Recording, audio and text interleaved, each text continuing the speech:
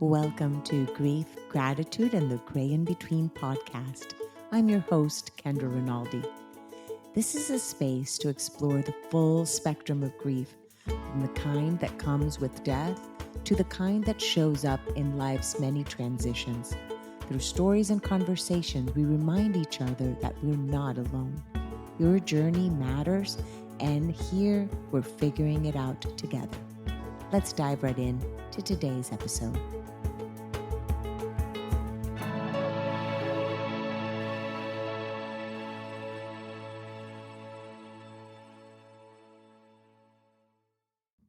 Let's start with a quick disclaimer. This podcast includes personal stories and perspectives on topics like grief, health, and mental wellness. The views expressed by guests are their own and may reflect individual experiences that are not meant as medical advice. As the host, I hold space for diverse voices, but that does not mean I endorse every viewpoint shared. Please listen with care and take what resonates with you. Welcome. Today I'm chatting with Hannah Rumsey. She is a writer, a certified grief educator, and she is the podcast host of Friends Missing Friends, which she developed after the death of her beloved friend Lauren in 2015 is when Lauren died, and she needed resources. And she also has the Friends Missing Friends Collective. So we will be talking about friend loss primarily because that is the focus of your work. So welcome, Hannah. Thank you so much for having me. Grateful you are here. So I like to find out a little bit more about my guests. So if you can share where you grew up and a little bit of your own upbringing, please. Yeah. So I grew up in Newport News, Virginia, suburb, and my upbringing, I was really into music. So sixth grade, you could choose between band or orchestra, and I was like, band. And I chose the trumpet because my mom played the trumpet, both her sisters played the trumpet, and my dad's brother played the trumpet. And I had about 3 hand-me-down trumpets at my disposal and just was all in with that for 10 years. So a lot of my upbringing was with classical music and band camp and rehearsals and summer camps. So that's kind of my adult childhood and adolescence in a nutshell. In a nutshell. And yeah, we have that in common with my own child who's a band kid. So, Oh, and she does not play, she plays the clarinet. So amazing. so it's definitely a whole little, like it's a family. It's a family when you're that Mhm. close, right? And especially kids when they go into, like you're saying, camps, or if you're in marching band and going out to compete, you spend a lot of time together. And so that bonding is very much, like not only the kids, the parents also then bond with the other parents of in marching band and things like that too, Yeah. right? When your child is involved in sports, it's similar. Parents kind of become Mhm. very close to these families. So thank you for sharing that. So within that story, tell us where and when you met Hannah. And Hannah, you are Hannah. When and where you met your friend Lauren, Yeah. and how the friendship developed.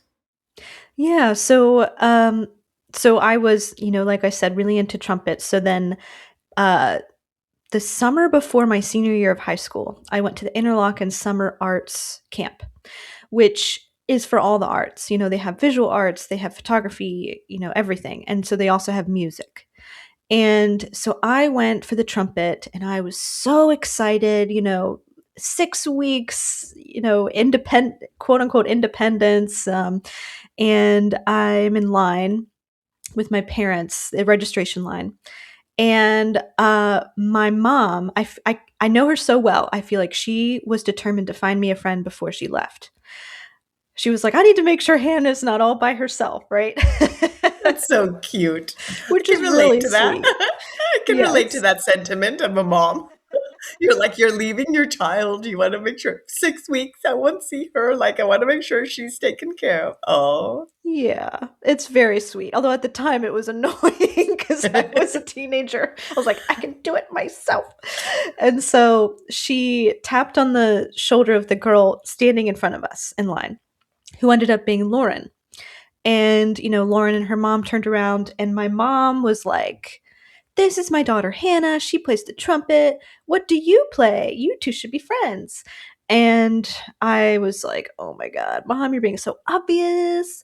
Wait, how But old were you exactly? So it's 2000, this is 2009, but how old were you? I was Or 17. oh, 17. Okay, okay. You Yeah, I said was the senior. That 17. right, right. You said before your senior year. Okay, I'm paying attention. I'm Yeah. paying attention. I No, you're promise. fine.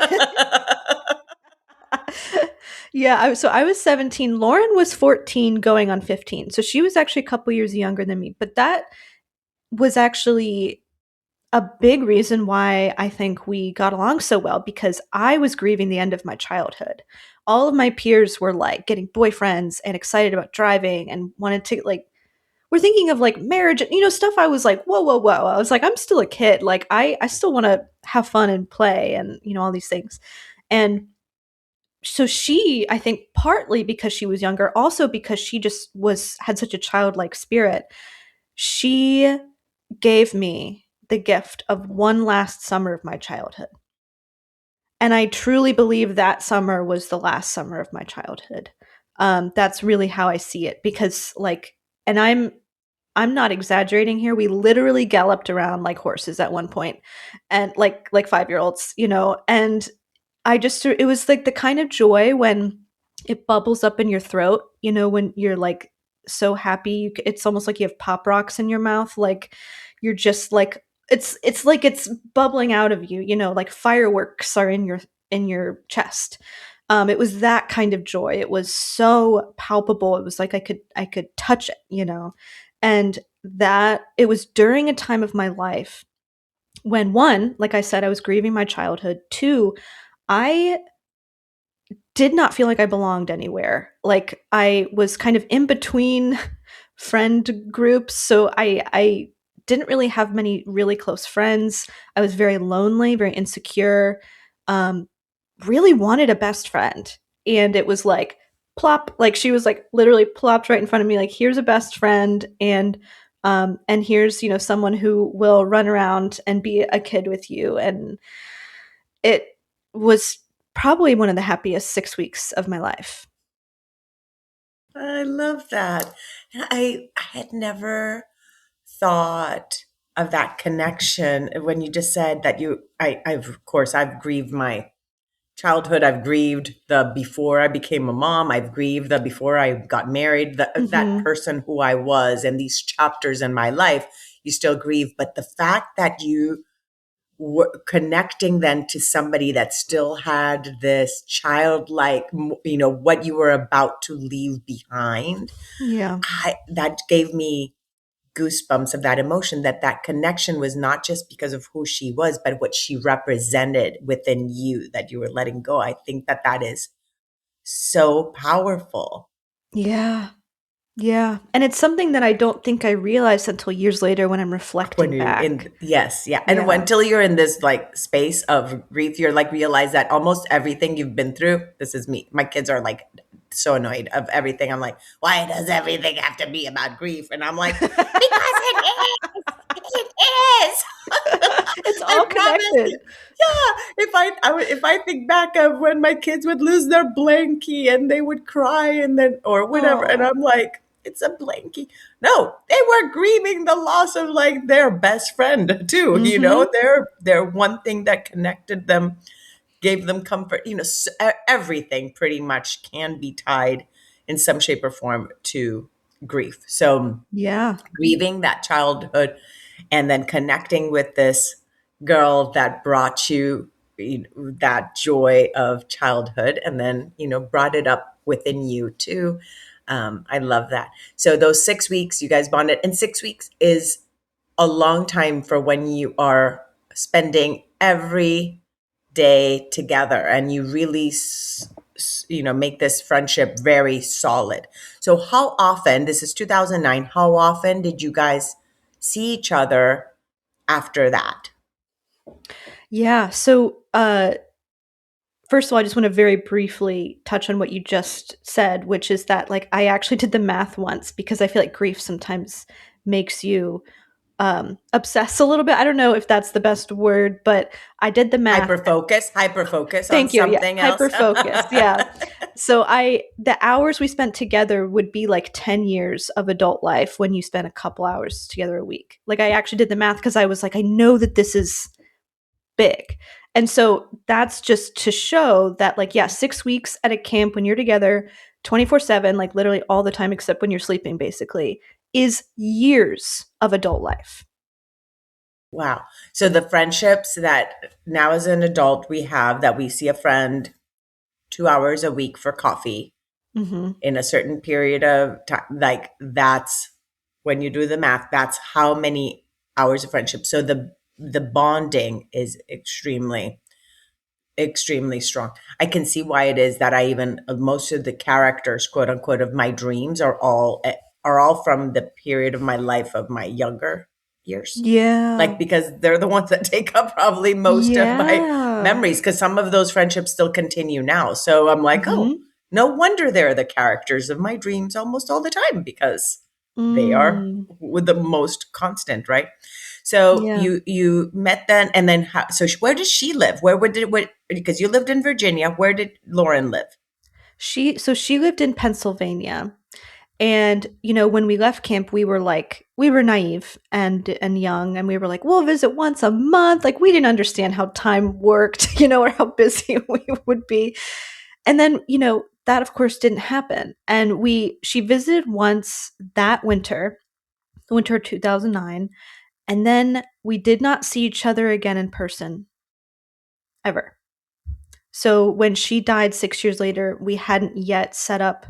We tried, 100 times. It was just like, we were so busy. It's life, yeah. Yeah, And then you college. started college, right? Yeah. So that was a really tough thing for me to wrap my head around. And my grief was we really only spent 6 weeks together.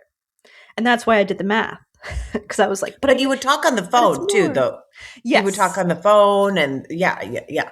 Yeah, we talked. Yeah, exactly. So we texted, we talked on the phone, we Skyped for many, many hours. But yeah, we didn't get that in person connection again. Yeah, but that's still a connection. That's the thing. It's like Yeah. a lot of times we don't realize, but sometimes you end up even connecting much more even over a phone call because there's no other distraction and you are purposefully Mm, calling someone specifically to hear their voice, their input. While when you're spending time with someone, there's so many other things yeah. around and sometimes other people, like you could be like like if even when you were in Interlochen you were there with other people.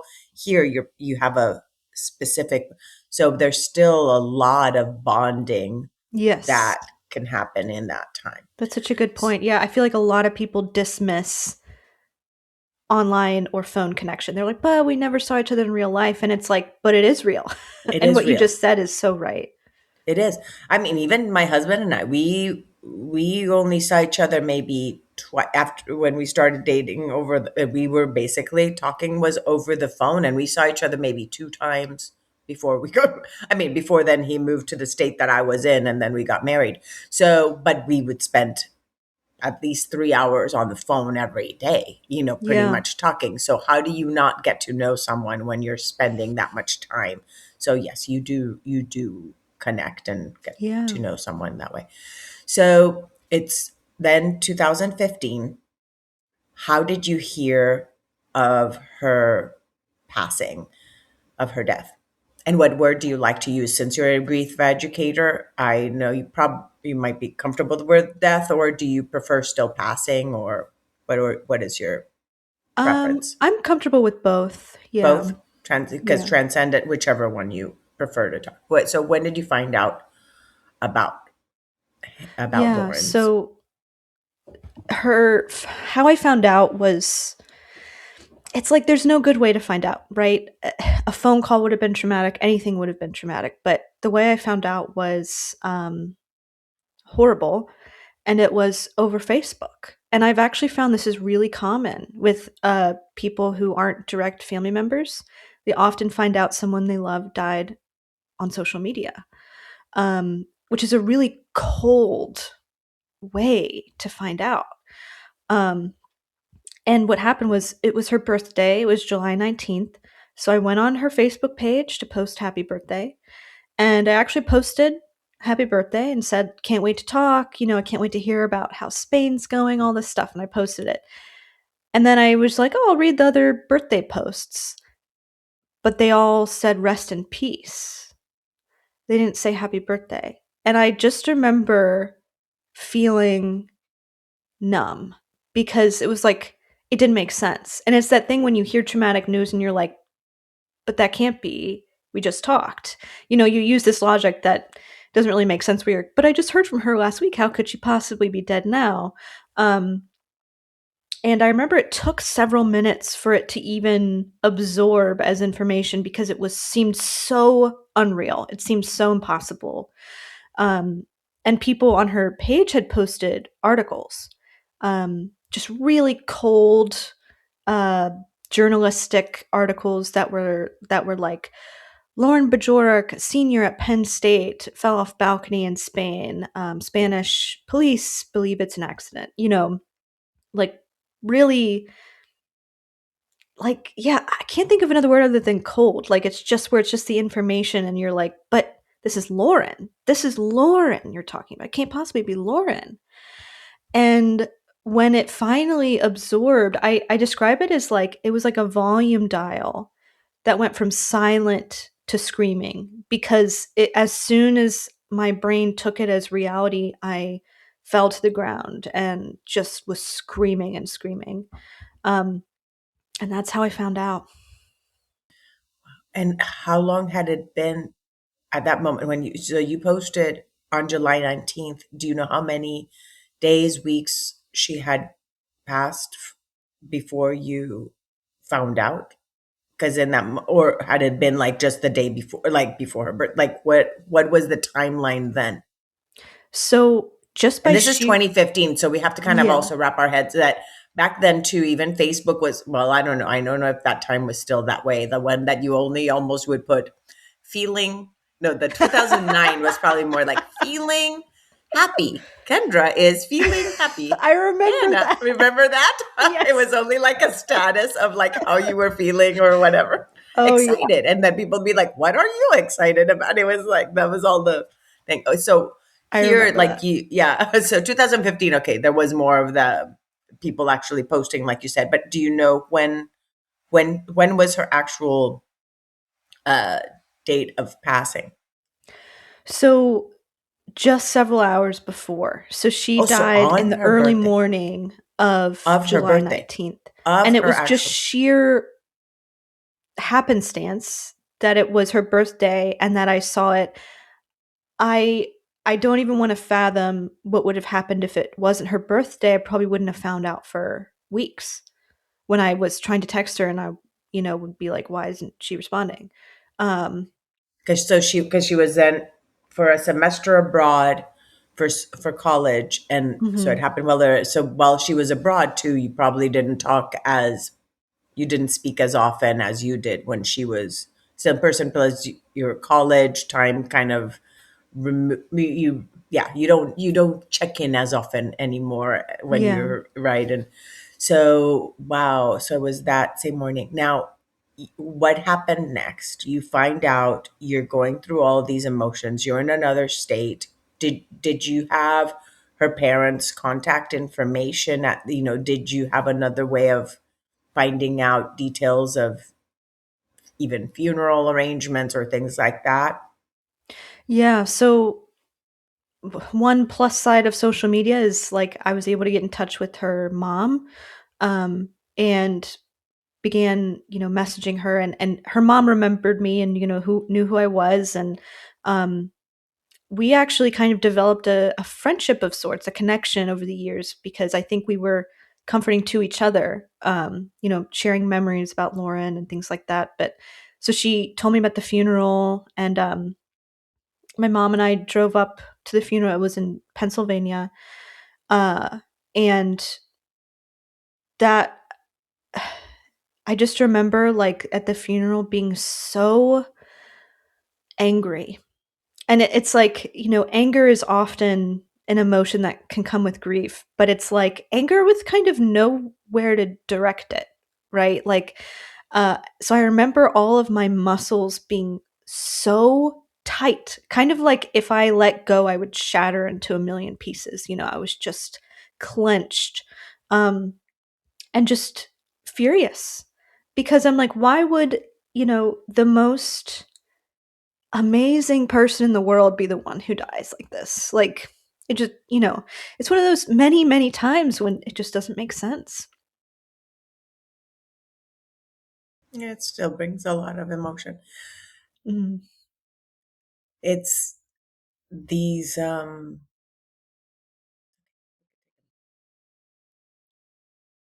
I'll hold space for you. It's okay. Thank you. um so after then this you go back, were you still in college at that time, Hannah? Or you already in the workspace? What were you doing at that moment in your life? So you go to the funeral, you go back, and I'm just kind of trying to place myself as to where you were in your life to be able to ask you then some more questions. Yeah. So I was 23. So recently graduated from college. And so it's funny, I was writing about it just this morning because I'm working on a memoir slowly but surely. And I was writing about that period of time. And it was like, how I describe it is I was having an identity crisis before she died. And also young adulthood is, there's so much going on. You're figuring out what is life? Like, who am I? How do I navigate this world? Um, it's a really fragile time. So for a shocking, unexpected, traumatic loss of, one of my closest friends in the world to happen during that time completely changed the trajectory of my life. And so, yeah, that's I feel like the time that a death can take place, like where it is in your life can, The timing, yeah. yeah, really affect how you process the grief. Yeah, especially like you were saying, there's certain markers, right? Like they say, like with a child, like if you learn a language before the age of, like language centers and all these kind of things before the age of 7, things like that that are like landmarks, even just in our own evolution as a human being, right? And just our brain development and all these things that are very poignant, right? And then these major transitions when you're 23, about to end college, you're around the age that I was 21 when my sister died. So Mm, when you're in that point in your life in which you still think you're invincible, almost like you're yeah, young, you see future, you're like, life lasts forever, and all of a sudden yeah, somebody that's young and your peer and young, even younger than you, which is your case and so is my, dies, all of a sudden the frailty of life is put right in your face, not just of life, but of your own life, and your own mortality is put in. yeah. So then it comes into this point of like, do I even create a future? Is there a Mm, future if I just, right? So it's these, so I can relate to that. I don't know if those were the thoughts you were going through. I know those were kind of mine, and which has stuck with me for a long time. I could not make the people who would ask me, "What is your 5 year plan?" I would like yeah, choke up, and I didn't realize till much later that why it was, and it was because I did not know how to plan for a future. In this lasted well into my 40s. yeah. And I'm not gonna lie, I think I'm still having that now, 11 years later. And yeah, you're so eloquent because everything you're saying is exactly, I resonate. And to this day, I don't have a 1 year or a 5 year plan. Um, and I thought that was just my personality, but now I'm like, No, maybe no. this is why. Yeah. Well, because you said you experienced something major at that age, Yeah. right? So therefore, and of somebody else that's young. It was not your grandparent. It was not, it was somebody else that was young. So Mhm. therefore, how does your brain wrap around the idea of that? So one thing is our, our heart, our soul, our inner being, but the brain is the one that we have to Yeah. reprogram as to giving it evidence that we can, right? And Mm. that's the part where it's like, that's the work afterwards, is like, how do I reprogram this brain to know that yes, this happened. It does not mean that I cannot go in a different route in my life and can create a future, even though this is there, right? So you'll have to find evidence of all the other friends and all the other people that are young around you that are still here and still thrive, right? So Yeah. it's complicated. Hi, I just had to come on and just kind of interrupt right now this episode that you're hearing. Thank you so much. I'm so grateful that you guys are listening to this conversation. And every single time I hear a guest, there's something new that I learn and something else that ends up showing up within me that I realize I still have to work on. And if by chance, as you're listening to this conversation, you're feeling the same, that there's parts of you that are being stirred up, and you are navigating a life transition right now that feels just heavy and stressful and just layered with grief, I want you to know that you do not have to do it alone. I invite you to connect with me for a free 15-minute discovery call, and we'll explore what's coming up for you and see if working together feels like the right fit. Just check the show notes below for my email and reach out for details. I'd really love to support you in integrating these transitions with more ease and clarity. Can't wait to hear back from you. Okay, let's keep on listening to the episode. So you're at 23 at that moment. Where were you studying still in Virginia? Were you studying in Virginia still at that time, right? So I had Or had you been home for graduated. the summer? I'd been graduated from college for about a year, and this is a whole other layer because explains the identity crisis I was already Yes, having please. before she died. I had to quit the trumpet midway through college because I was doing a college music degree, but then I had basically a mental and physical breakdown from chronic pain, hearing damage, all the things that can come from playing an instrument. Um, and so I had my whole childhood and adolescence was, like I said earlier, about music and about the trumpet. And that was what connected me and Lauren. She played French horn. Um, and so in the year before she died, I was like, who the heck? Like, who am I? Like, I have been a trumpet player for so many years. I got to figure out, what I want to do, because it was my source of confidence and strength and identity. Um, and I started taking I was, like, in an experimental phase, like, maybe this, maybe this, maybe this, and I was started taking comedy improv classes because I was literally like, "What is the opposite of what I was doing before? What is the opposite of classical music?" Stuff where you make stupid shit on stage, like, and goof around, like, pretty much the opposite. Because I was like, I felt like I had a lot of healing to do around perfectionism and performance, um and another reason why I think I it was so good for me at that time is because it was so in the present moment. Like, you kind of have to not even think a second ahead when you're improvising. And that, like, to be a good improviser, you have to be reacting only. If you plan anything, you'll mess everything up because you don't know what your scene partner's going to do. And so I it was, studied theater, Hannah, so I'm knowing I'm a major in theater. So I'm oh like my right God, with you, girl. I yes. can relate to what you're saying. So I'm speaking your language. Oh, I love that. Oh my gosh. That's amazing. Yeah, so like you were just saying earlier where like you can't think into the future.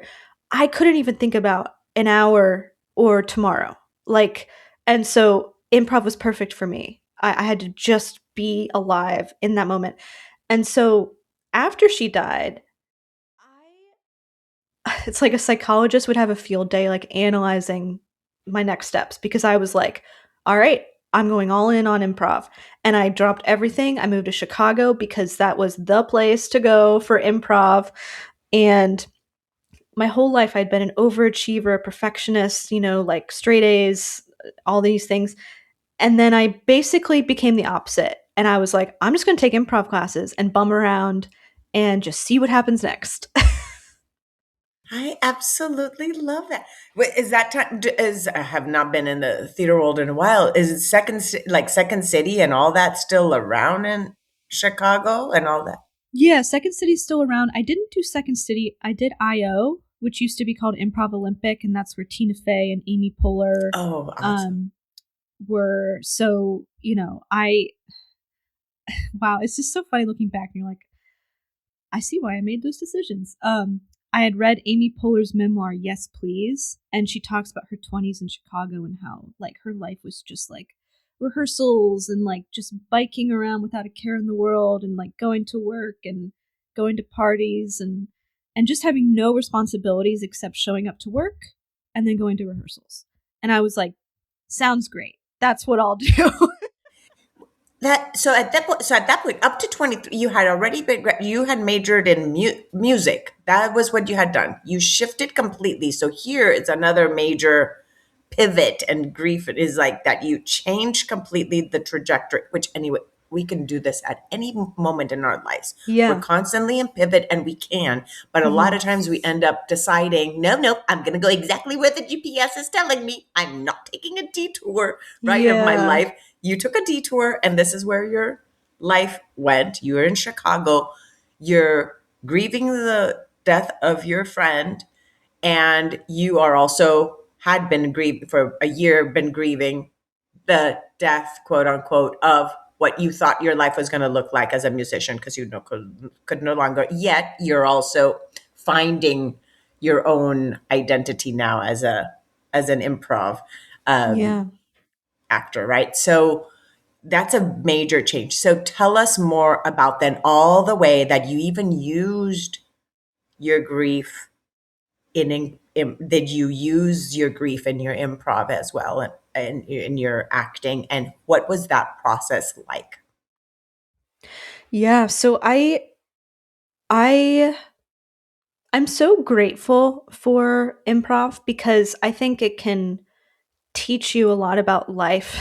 And it's, I don't know, I feel like it probably sounds really cliche, but like really just about being in the present moment and hooking on to the joy of the moment and the play, which I think also a reason I loved that is because that's what me and Lauren were like. She was all about hooking onto the joy and like being goofy and silly, and so I was like really, really, really drawn to that. I just wanted to be a goofball, all day.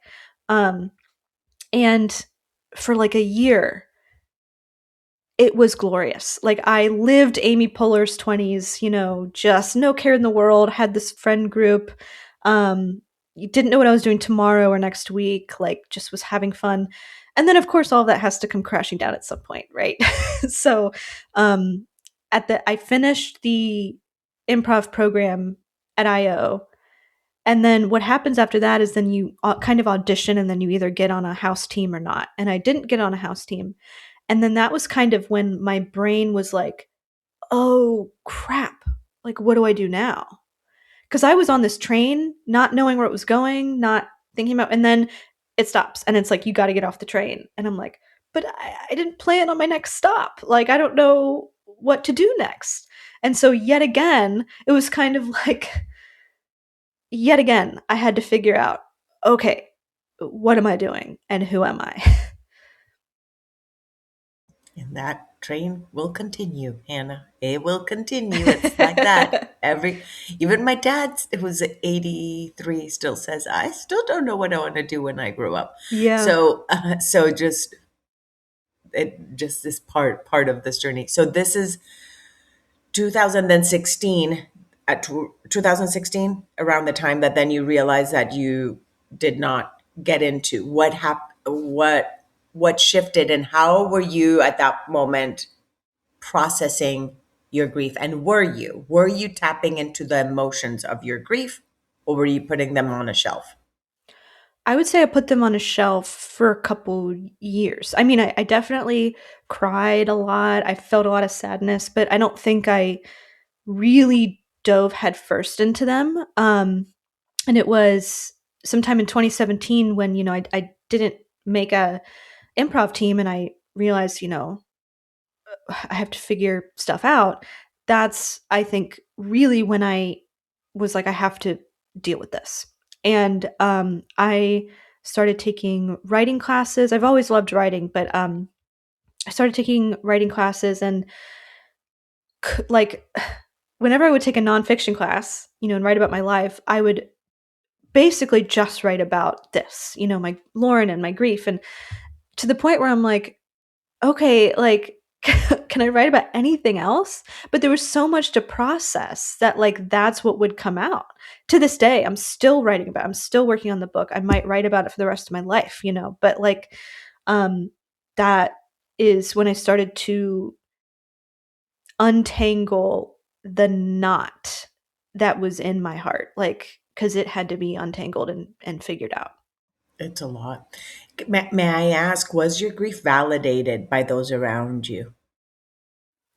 Because it is you when you reached out, we talked about friend grief being a disenfranchised grief because Yeah. society sometimes does not give it the weight of what it is. If you're at a job, for you to take time off because your best friend died and you're still needing some time to process and grieve, like, they'd be like, no, we only maybe, I don't even know if this is the case, but no, we only give time off if it's a relative, if it's a, so was Yeah. it validated by your peers? Was it validated by your family? Were you seen in your grief? So that's a great question. To an extent, but because the wider society does not validate it and recognize it and support it, I could feel, even if I had, a few friends and family that did validate it, I still felt the dismissal from society. And even now, even 11 years later, if you Google friend loss grief groups, I can't, nothing comes up for me. And I connected with someone who also lost a friend, and she said what popped up for her was pet loss groups. She would Google like friend loss groups and it would show her pet loss groups, which is another whole disenfranchised grief. But like, why would the algorithm not show you friend loss groups? Like, it just, Google doesn't even understand what you're asking for. Like, and so I have continued to search, and even, I'm on Instagram and I've even like been like, am I the only friend loss account on here? And I would get all of these comments and they're like, you're the only one I've seen. I don't know of any others, like, and I'm like, this is crazy. Like, I still haven't found another person who, so actually I've found one, but like, I haven't found more than one person who is really like doing friend Pursuing it, loss yeah, grief support. yeah. Yeah. Pursue it, narrowing it down. And it doesn't mean you have not experienced it, but it may not be what their focus is in the grief support space. Yeah. And in your case, because that is one of the major cornerstones of your grief journey was uh, Lauren's death, Yeah. then that is your focus and your area of, of expertise. And I won't even use the word expertise, but because we're not really experts, but Hmm. um, but of focus of being able to support others that may be feeling just as lonely as you were feeling when you had just early on experienced that, and now you've created this community. So let's talk about then that Hmm. journey of when you were like, okay, I cannot find support, well, I need support. I need to learn more about what it is I'm feeling, and to the now of what you've created. Yeah. So I could not find support. And it was in 2021 that I began the podcast, Friends Missing Friends. And I just needed to talk about it and I needed to connect with others who had the similar experience. And it was after doing that for a few years, I was like, oh, I can create the community that I can't find. So that's why I created I'm calling it the Friends Missing Friends Collective, because what I desperately needed, especially in those first few years, was a community that was established already, that I could fall into and just immediately meet other people who understood. And that was what I could not find. And that was what might be out there, but is not easy to find, not easily accessible. Um, so I was like, okay, that's what I'm going to do. And it's, I just launched it this month, January 2026. And we had our first group session. And it was one of those things where, like, you had this dream for years and then it's real. And I just got so emotional because I just want a place for us to gather. You know, I want us to gather and feel seen and understood. I love that. That is so beautiful that you've created what you needed and being able to be there now, that comfort for others so that they don't feel like, wait, I'm Googling and I don't even see anything. You've now created what you were missing. Now, going on the journey of becoming a grief educator, when did that start going with David Kessler's program? Yeah, so I did that last year in 2025. David Kessler has a grief education program that's online, and it was amazing. I learned so much. It's basically like a really deep overview of grief, and uh, I mean, I love David Kessler. I think he's so wonderful, and I continue to learn so much from him. And did you feel like while you were learning, you're like, oh my goodness, now I see what it is that I was feeling, right? And that moment, it's like when people go into studying psychology or things, there's a lot of times to understand Hmm. ourselves. In that moment, it's like, okay, I see it. I see why it was. Yeah. Oh yeah, yeah, and I think it was around that time or maybe a little bit before that I learned the term disenfranchised grief. And uh, a friend taught me the phrase name it to tame it. So it's like once you can name it, you can kind of get a handle on it and understand where your feelings are coming from. And naming friend loss as a disenfranchised grief was that feeling of, oh my God, I'm not crazy. I know exactly now why I felt so confused and alone and isolated. And for a while, like I was going crazy, like I was overreacting because the wider society wasn't recognized, validating, and supporting my grief. I felt like I was being too emotional and too clingy and too like almost like, oh, I was just being silly. Like, you know, it's when you dismiss someone's feelings and then you're like, oh yeah, I'm I shouldn't be feeling this way. Like I felt that way for a while. And again, it's because it's layers. It's not, you're not only grieving the person, you're Mhm. grieving the memories you had together. You're grieving another person that saw you through those eyes. She's the only other person that saw you through certain ways. So parts of you Yeah. and of memories are also, there's just so many layers that come from from any type of grief experience, Mhm. but that people don't realize Yeah. until you've lived it. Right, you Yeah. right, and even when you've lived it, you can't, again, every experience is so different because our grief is so unique, so, and each friend dynamic and relationship dynamic is different, that you won't know how you're going to react until and express your grief until you've lived it yourself.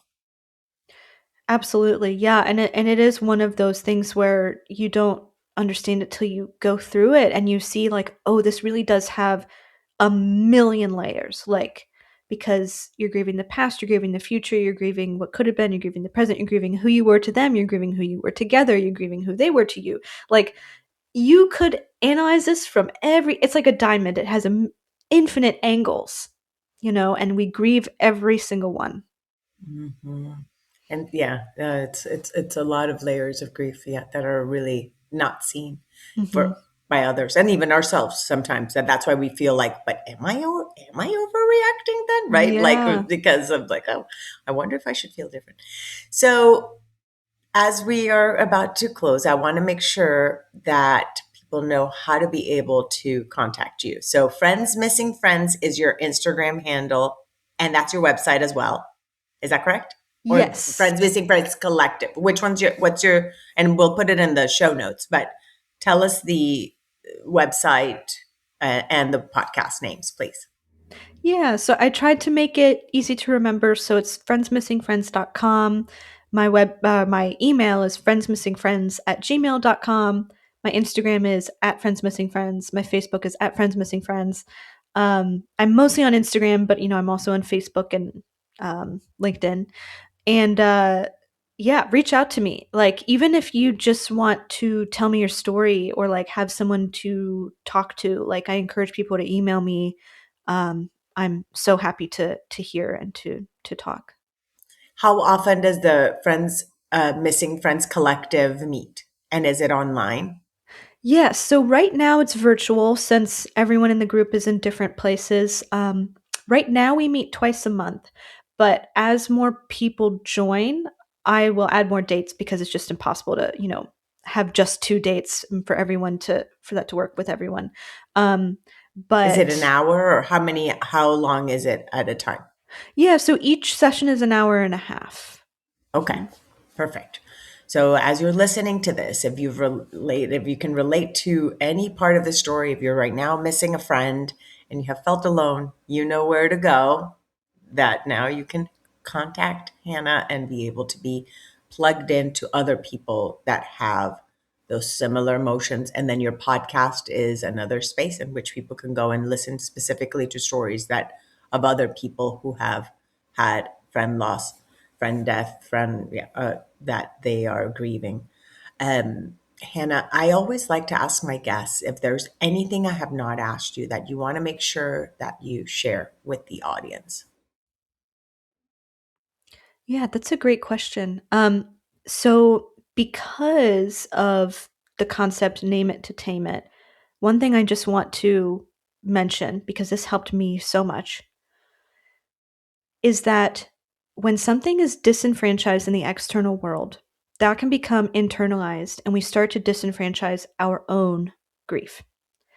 And so once I realized that's what was happening, my doubts, my questions, my inner critic saying, no, you're overreacting, lost its power because I understood where it was coming from and why I was having those thoughts.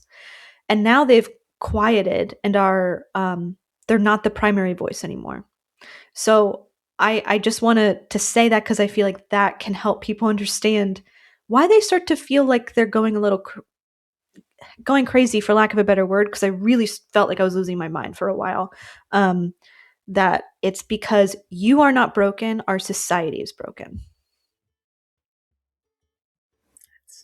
Perfect way of ending this. Thank you so much, Hannah. Again, this was Hannah Rumsey. Thank you again for sharing your story, sharing Lauren with us as well, and your friendship, and giving people that are listening a little bit of hope and understanding and empathy as to what they are going through. So thank you, Hannah.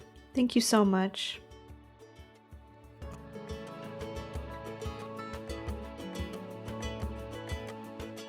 Thank you again so much for choosing to listen today. I hope that you can take away a few nuggets from today's episode that can bring you comfort in your times of grief. If so, it would mean so much to me if you would rate and comment on this episode. And if you feel inspired in some way to share it with someone who may need to hear this, please do so. Also, if you or someone you know has a story of grief and gratitude that should be shared so that others can be inspired as well, please reach out to me. And thanks once again for tuning in to Grief, Gratitude, and the Gray in Between podcast. Have a beautiful day.